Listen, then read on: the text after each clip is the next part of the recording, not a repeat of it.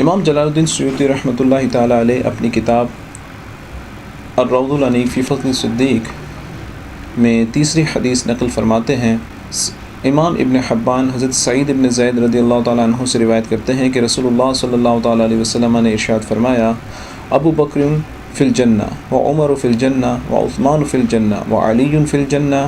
و طلحۃ فی الجنہ و الزبیر فی الجنہ و عبد الرحمن بن عوف فی الجنہ و سعد بن ابی وقاص فی الجنہ و سعید بن زید فی الجنہ و ابو عبیدہ بن الجراح فی الجنہ او کما قال علیہ الصلاۃ والسلام۔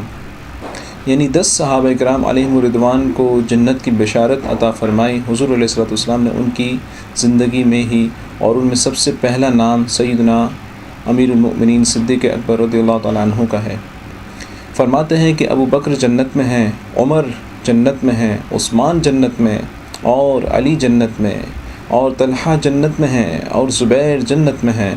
اور عبد الرحمن ابن عوف جنت میں ہیں، سعد ابن ابی وقاص جنت میں ہیں، سعید ابن زید جنت میں ہیں، ابو عبیدہ ابن جراح جنت میں ہیں۔ والصلاة والسلام علی رسول اللہ وعلی آلہ واصحابہ اجمعین۔